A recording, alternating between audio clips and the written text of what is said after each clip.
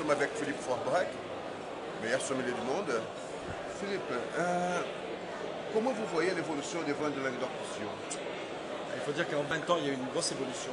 C'est vrai qu'on finissait une période dans laquelle c'était plutôt des vins de consommation courante, où la partie d'ailleurs vin-table, ou vin de pays était assez importante. Et aujourd'hui, on a des vins de pays qui ont fait beaucoup de progrès avec de nouveaux cépages, de nouvelles techniques, des nouvelles approches de lecture de terroir, et surtout des appellations contrôlées, soit anciennes qui se sont bien développées, soit des créations de nouvelles appellations, comme Limoux par exemple ici, ou d'autres appellations qui sont passées à l'appellation contrôlée, dont le niveau n'a pas cessé d'augmenter depuis 20 ans. Et vous qui avez connu le Brésil, où vous étiez choisi les meilleurs sommeliers du monde, donc vous voyez qu'on a une place pour les vins du Languedoc au Brésil?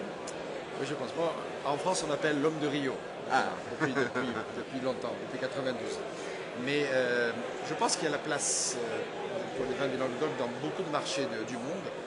Mais je pense que dans les pays d'Amérique latine, comme le Brésil, je pense que c'est intéressant parce qu'on a à la fois l'histoire, et le Brésil est très sensible à l'histoire, on a à la fois la qualité des vins, c'est évident.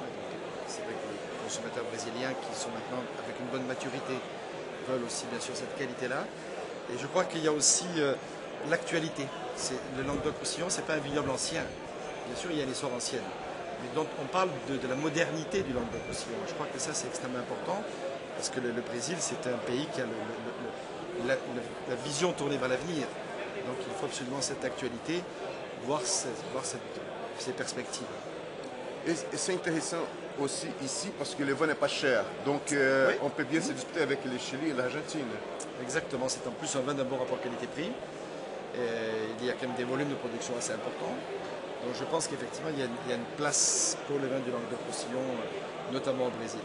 Et quelle est votre opinion sur les vins de Limoux? C'est une appellation que je connais bien parce que j'étais ici il y a 20 ans pour l'inauguration de la première année de Tox et Clocher. Et j'ai pu voir vraiment la progression de qualité, les terroirs qui sont mieux définis, la motivation de tous les vignerons pour réussir à faire quelque chose de bien. Parce que souvent, il peut arriver qu'on parle d'une appellation parce qu'il y a un ou deux vignerons qui font bien. Je crois que la grande force de Limoux, c'est d'avoir su fédérer justement ces efforts qualitatifs depuis 20 ans pour arriver à faire monter l'ensemble de l'appellation vers le haut. Et je trouve qu'aujourd'hui, pour les 20 ans, c'est une belle récompense. Au Brésil, si quelqu'un veut démarrer dans les vins, connaître plus les vins, est-ce que démarrer avec les vins du sud de France, c'est intéressant? Oui, bien sûr, parce qu'il y a une grande diversité de cépages, il y a une grande diversité de goûts, une gamme de prix assez large aussi. Donc c'est une bonne façon d'appréhender le vin. Mais s'ils veulent vraiment connaître les vins, il faut qu'ils viennent me voir au bistrot du sommelier. Je vais leur expliquer ça à Paris. Parfait. Merci beaucoup. Merci.